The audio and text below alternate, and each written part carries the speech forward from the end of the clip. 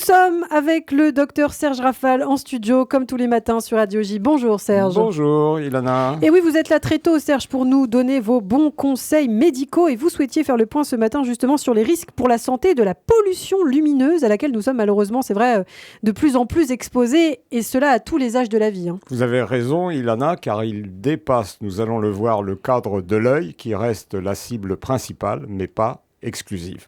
La toxicité de l'éclairage a augmenté depuis la découverte de l'ampoule électrique à incandescence par l'anglais Joseph Swan en 1879, puis son amélioration par l'américain Thomas Edison.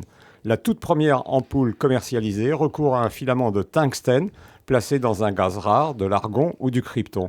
L'halogène apparaît beaucoup plus tard, en 1959. Il permet à l'ampoule d'éclairer mieux et de fonctionner plus longtemps.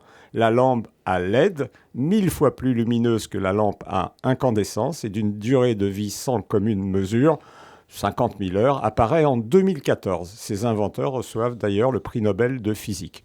Les progrès sont réels en matière de performance d'éclairage, mais malheureusement aussi en dangerosité.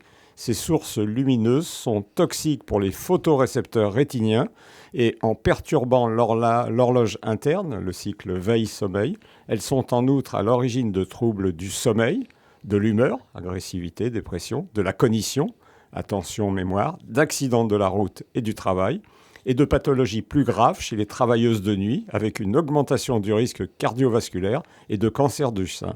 Et il me faut rajouter les enfants et les ados qui, en utilisant à profusion divers types d'écrans, de télé, les jeux vidéo, les portables, s'exposent à une myopie croissante, à la toxicité de la bande bleue de la lumière, à une désynchronisation délétère du cycle circadien. Un mot, Serge, sur la toxicité des photorécepteurs rétiniens que vous avez évoqué. L'exposition à ces nouvelles sources lumineuses puissantes est particulièrement nuisible la nuit, car elle inhibe leur régénération physiologique et elle désynchronise l'horloge interne avec des conséquences très graves pour la santé, nous l'avons dit.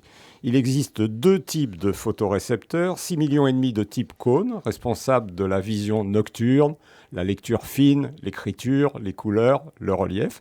Ce sont eux qui sont altérés par la DMLA, qui altère la vision centrale.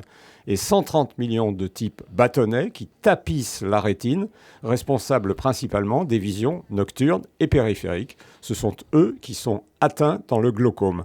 Ces récepteurs contiennent des pigments qui sont consommés le jour, régénérés la nuit quand il y a respect du rythme circadien. Activité diurne, sommeil réparateur la nuit, et qui participent également à la sécrétion de mélatonine. Et les LED émettent une lumière bleue dont le risque phototoxique est maximal pour la rétine. Ce qu'il veut dire, c'est que la pollution lumineuse est maintenant surtout à base de LED. Oui, les enseignes lumineuses type Vegas, l'éclairage urbain, les phares blancs automobiles, les écrans de toutes sortes, télé, ordi, tablette, portable, sont tous à base de LED. Et la proximité et l'étroitesse d'un écran de portable font la toxicité visuelle de ces appareils utilisés de plus en plus longtemps et danger de plus, souvent de nuit. Alors en conclusion, Serge. Seule la lumière peut chasser l'obscurité, disait joliment Martin Luther King, certes, mais sans tomber dans la pollution que je souhaitais dénoncer ce matin. Eh bien, merci beaucoup Serge Rafal. C'est très utile, tous ces rappels le matin, que vous pouvez d'ailleurs retrouver, réécouter en podcast sur notre site internet radioj.fr, également en vidéo sur notre page YouTube. À demain, Serge.